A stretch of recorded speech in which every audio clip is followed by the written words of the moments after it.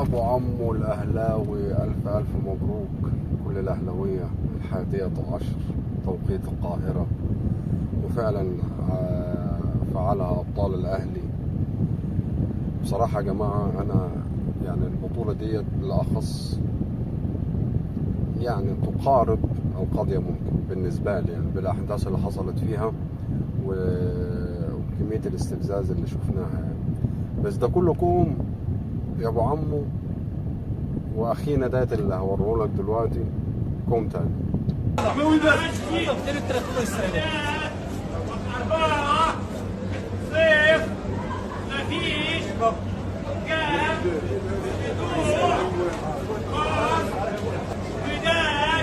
انا زملكاوي صميم يعني. جيتي مع الاهلي؟ لا لا لا طبعا، جيت من القاهره، جيت من المانيا، من رابطه محبي الزمالك في المانيا، عشان تشجع فريق عشان اشجع اخونا. طبعا الوداد اخونا، عشان هو اخونا في الظلم اللي بيحصل على الزمالك من الاهلي طول عمره، والاتحاد الافريقي كله دايما ناحيه الاهلي وبيديله الماتشات السهله.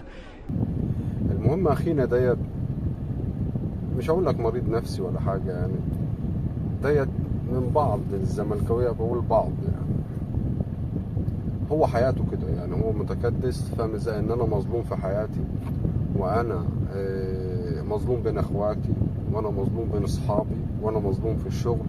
فهو نمط حياته كده يعني. فطبعا ده من الاعلام وخالد الغندور والحاجات اللي انتوا عارفينها ديت يعني يقول لك الوداد مظلوم زينا والترجي والقصه ديت يعني، اللي انتوا طبعا كلكم شفتوا الفيديو. وانا طبعا مش هعرض الفيديو كله اكيد يعني، اللي هو شويه اللي شفتوهم خلاص يعني. فبيقول لك احنا مظلومين زي الترجي زي الوداد والترجي والمباراه بتاعت الترجي والقصه اللي احنا عارفينها كلنا ديت، ونسي خالص او ان هو شال من ذاكرته ان احنا برضه ظلمنا لما اتعملت النهائي من مباراه واحده في ارض غير محايده يعني، في ارض الوداد. بس ما علينا، بس هي دي العقليات يعني، والعقليات دي عمرها ما هتنسينا يعني الفرحه بتاعتنا. والحمد لله خدنا البطوله، بطوله اطهر الطاهر، وانا مسميها كده بطوله اطهر الطاهر. والحمد لله، وعايز كل الاهلاويه تفرح وفرحتنا ان شاء الله. نحب نقول للاعداء او مش الاعداء، الكارهين لينا، يا ابني في عز ما انت بتصيح تمام احنا بنفكر في الثانية عشر، عشان تكون فاهم بس العقلية والفرق اللي بيننا وبينك. ان الاهلي ده في حتة تانية خالص، وانت متخيل ان انا فاضل لي بطولتين دوري ابطال افريقيا وعادل عدد بطولاتك في الدوري المصري، ولا حتى انا ناسي هم 13 ولا 14، ما علينا يعني. ايا كان احنا فاضل لي بطولة ولا بطولتين اللي انا ممكن اخدهم عادي يعني السنتين اللي جايين، عادل بطولة الدوري بتاعتك. انت متخيل الموضوع واصل لغاية ايه يعني. بس انا بعذركم الصراحة يعني بشوية هزاز الرؤوس اللي انتم بتسمعوهم، والنادي للأسف يعني اللي هو الكوادر بتاعته مش موجودة فيه. فمن الطبيعي هينتج العقليات ديت يعني. طبعا في ناس محترمة كتير وفاهمة القصة يعني، بس أنا حابب أقول لك يا عزيزي الكاره للنادي الأهلي، لأن في ناس كتير أو 90% مش يعني مش كتير وخلاص، ده لا 90% منتفعين من الفكرة اللي هي رزعوها أو نزعوها أو اللي حطوها في دماغك، اللي هي فكرة إن إحنا مظلومين والأهلي ده نادي الإيه والنادي الأهلي بالتحكيم. هو أقسم بالله بيضحك عليك وهو مستفيد وبيضحك عليك بالقصة دي. زي مثلا ما أنا أقول لك برضو الأهلاوية مضحوك عليهم في إيه يعني، في شوية الناس اللي بتطلع على السوشيال ميديا تقول لك لا أنا محايد وهو زملكاوي وبيشتم الأهلي كان فاهم إزاي. بس لما لقي التفاعل من الأهلاوية لما بيتكلم كويس على الأهلي وبيستفيد كويس تمام، فقال لك خليني ماشي في النغمة دي، فهو بيضحك عليك يعني. وانت تشوف الاهلاوي اللي عنده حرقة على الاهلي وعنده محتوى وعنده الكلام ده، حتى بتستخسر تعمله لايك يعني على الفيديو بتاعه. فهو بيضحك عليك، اقسم بالله بيضحك عليك، هو منتفع منك.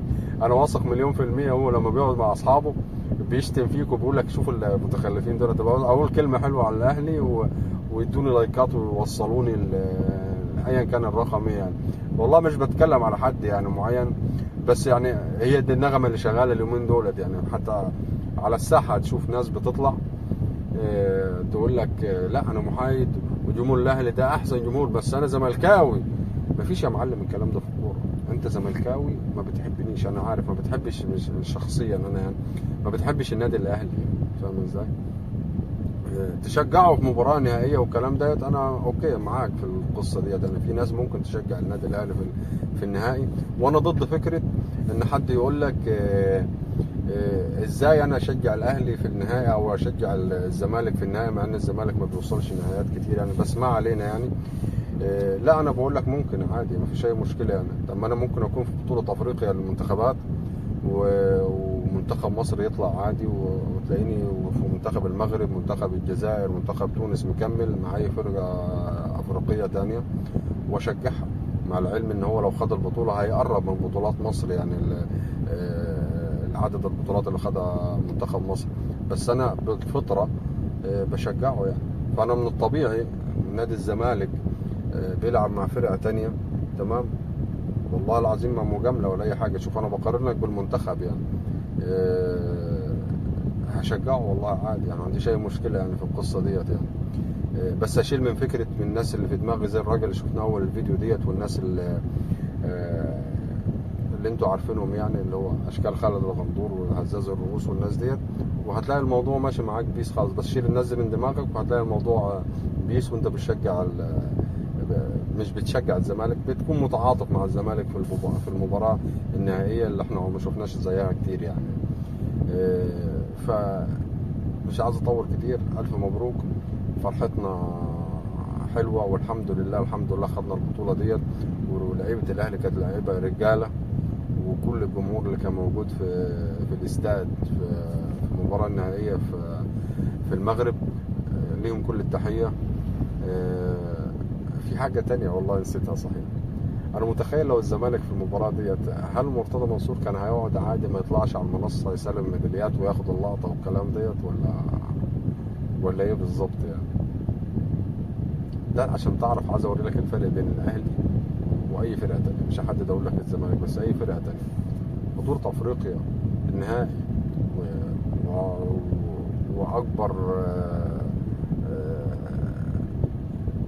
اكبر رؤوس في الكره الافريقيه بتسلم الجوائز وبطوله وفرحه، هو يطلع حسام غالي. شوف احنا بنفكر المستقبل ازاي، وعايزين نوصل بنعد رئيس نادي ازاي، وانتوا بتتشكلوا على شويه حاجات. انا مش عارف اقول لك، كل واحد يبص لمصلحته عندكم، كل واحد يبص لمصلحته، واحد يبص لنفسه ولعياله، فاهم ازاي؟ وواحد رفع قضيه على النادي بتاعه، واحد حاجز على اموال النادي في البنوك، وشغل عك في عك، فاهم ازاي؟ ده حتى اللي بيطلع يتكلم كلمه حق زي ميدو ولا مش عارف مين عليكم برضه ليه احلام وليه طموح ان هو عايز يوصل لمكان معين في النادي الزمالك. على العموم الف مبروك والله فرحتنا يعني. انا بالنسبه لي انا كنت ناسي العشرة ديت عشان تبقوا فاهمين، وبتهيألي ناس كتير اهلاويه زيي، واللي زيي يعمل لايك او يكتب لي في الكومنت اللي هو فرحه القضيه ممكن نستنا ان احنا خدنا بطوله 10 يعني. فانا اصلا ناس ال10 دي لقيت ال11 نطت عليا كده يعني. فان شاء الله ما تطولش علينا ال12، ومستنينا السنه الجايه ان شاء الله. والف الف الف مبروك جمهور النادي الاهلي. السلام عليكم.